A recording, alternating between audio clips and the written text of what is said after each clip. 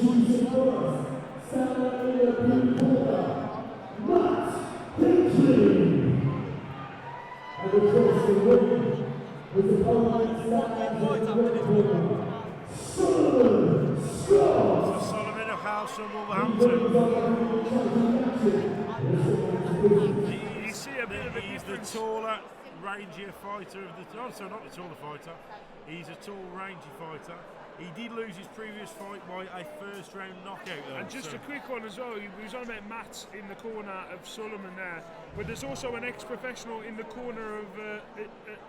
there's a professional in the corner of Matt, in Kyle Williams. Kyle Williams, who boxed against Charlie Edwards.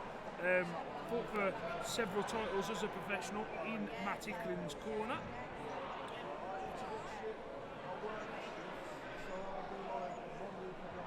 Solomon looking to get that rangy jab going early, and switch his stance there, switch it in, or just switching for now. Switching back to orthodox, back to southpaw now. How do you think that continuous switching is going to affect Matt? The thing is, right, if you switch, it's okay. Keeps your opponent guessing, but you've got to know how to do it, because if you switch feet and get caught with a big shot, you're off balance and it's good night Vienna. So that's just a little bit of an insight there. He's switching a bit too much for me so far, Solomon. I think it's a bold tactic. It's a tactic that could work, but it's a tactic that could go desperately wrong. And that's the difference. But yeah, they're both tall fighters. They're both over 6 foot tall by the looks of it. Yeah, and the thing is with Hicklin, he'll come and he'll smother the distance, and he's happy to have that fight in a phone box. He'll keep you within a small parameter of the ring, and it suits him because he can just throw shots in bulk and let them go, and let the power shots go. He'd prefer that. Now Solomon's doing a good job at keeping him at bay and keeping him busy with the lead hand, which I think is a good start. Hicklin seems to be throwing a lot of throwing a lot of punches from the what I'd describe as the underhand angles, the underhand range. Yeah, completely agree. I completely agree. The thing is, what Scott's got to be weary of is this is heavyweight boxing, so anything can happen. And he's boxing with his hands almost lower than what they should be. Should be nice and tight, nice and high, but he's just boxing with them a bit low. But I think that's a first round for Solomon Scott. I think he's doing that one. I don't know about yourself, do you? Yeah, I think he probably, again, I don't think there was a lot of landing by both fighters there, to be honest, but I think the effort kind of came a lot from Solomon Scott, and I think that potentially means he gained that round. It's a good first round. Scott, like we said, he's established a rhythm early. I think he needs to limit the switching a little bit too much, because the thing is, sometimes as a heavyweight, if you switch it, you take your advantage away. Every heavyweight has a decent backhand. It's a nature of the territory, it's a nature of the beast, right? So if he switches, suddenly, what would be his powerful shot, his backhand, is at the front. So he loses that leverage. So that's all I was going to say. That's the only thing. Switch if you've got power in both hands and you can box comfortably in the southpaw stance. But if not, limit it. If it's your style, it's your style. But just limit it as they touch gloves. And he starts in the southpaw stance. Big shout out to our DJ tonight, but I've been keeping the crowd entertained. Cole Royal, a DJ, very coveted DJs who here, there and everywhere, does all the BKB and the bare knuckle stuff.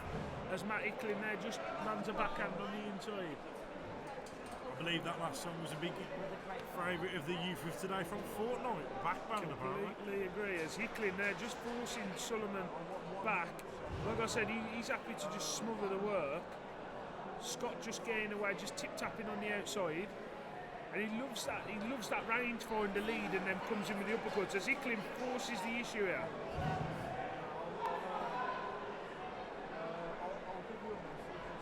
And the thing is, though, I just want to see, it's all right tip-tapping away from Scott, but you just want to see something of some substance, really. Hicklin has the weight advantage when it comes to leaning on and tiring him out to a certain extent. You could expect potentially that the cardio advantage might be with Scott, but at the same point, if he's going to keep closing the distance, then that would almost negate that sort of cardio advantage. The thing is, like, the only issue with that is that if you've got 5 or 6 rounds, as Hicklin goes down to the canvas, that's a slip or a fall. But if you've got 5 or 6 rounds where you can tire your opponent out, that works. 3-round format, that does not work. You cannot do that. You know, it's going to have to be more than that. You've got to be busy. You've got to try and win the rounds. You can't tire them out when you've just got 6 rounds to get acquainted with one another. You know. So, but yeah. Lee Ream just doing a bit of housekeeping there, taking the excess tape off Solomon's gloves. Lovely there as he just puts his head up in the air, Hicklin, and then gets caught by a shot by Solomon. And I think that's a good round from Solomon. Like I said, he's reduced the switch hitting, and I think that served him well. I think it served him well because he's spent more time boxing in his natural stance. Yeah, I mean, for me, I think that was probably a closer round, if I'm being honest. Also, the one by the other, I think the first round definitely went to Scott. I think you can make arguments for both fighters there. I think Hicklin got his shots on. I think he actually lent on a little bit more back control. I would, again, without meaning to be creosote, I definitely think that potentially was a 10-10 round. Yeah. Have you got anything on the feed, Regan? Is there anyone saying anything, Steve? Just people saying how lovely we are, so that's the most important thing, mate. Great commentary, lads. Made everything entertaining for us viewers at home. Thank you for that. We really appreciate that, mate. Thank you. And most important, thank you for joining us as well. It's only you people buying the pay-per-views that keep these sort of events going, but also keeps us here as commentators. Yeah, if not, we're back on the rock and roll in the morning. I mean, after this performance, we might be anyway, but you never know. There we go. But it is our first time commentating on Jimmy's Boxing. We are up and down the country commentating. I do share them, the links and whatnot on my social media. If you do like what you've heard, stay involved. Follow me. What is your Instagram handle? At Rob Wassell. That's ROBWASSELL. And Reeg, do you wanna? Yeah, Reeg Talks, RWEG Talks. That's it, really. Yeah, there we go. He has got an OnlyFans, ladies and gentlemen, as well. If anyone's into cooking. Yeah, well, yeah. And there you go. Before you get me in trouble. As Matt Hicklin lands some powerful shots there. Matt Hicklin's corner, getting a bit frustrated where things are going. Wanting the power shots, wanting that uppercut, that underhand shot to come in. Kyle Williams in the corner of Hicklin, ex-professional, making a comeback, I've heard. Ex-West Midlands based professional for Charlie Edwards, I think with a British title, I believe. Matt Gordon in the Scott corner, also a well-known amateur, well-known professional from this region, West Brom, under the tutelage of Mark Macker Richards, as they tie each other up in the third, and the big men feeling the pace. As I said earlier this evening, Rob, the great thing about tonight, and I've been really pleased with, is we've been announcing fights from Dudley, from Wednesbury, from Warsaw, from Wolverhampton. It's good, isn't it? Like, Midlands boxing is alive and well. This is a brilliant venue for this city, as I say. I'd never been to the Hangar before myself tonight, but I cannot wait to come back for something else in the future. Absolutely great to see big time boxing attracting over 1,000 ticket sales. Yeah, it's brilliant, like big time boxing in the Black Country. As that concludes round number 3, I've got it as a Scott win. Hicklin to come straight out. If we've not got people going to clubs like Jimmy's Club, to West Bromwich Amateur Boxing Club, all those other clubs that are out there, they are not going to be winning and seeing these sort of fights. Over to our MC. There you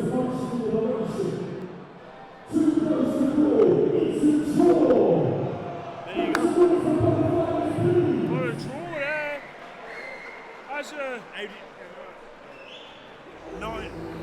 Not entirely surprised by that draw. Don't see lots of them. I've got Scott winning it. But yeah. As I said about 2 minutes ago, you could have been a good. As I said about 2 minutes ago, you could have been an argument either way. And that's, completely. You know.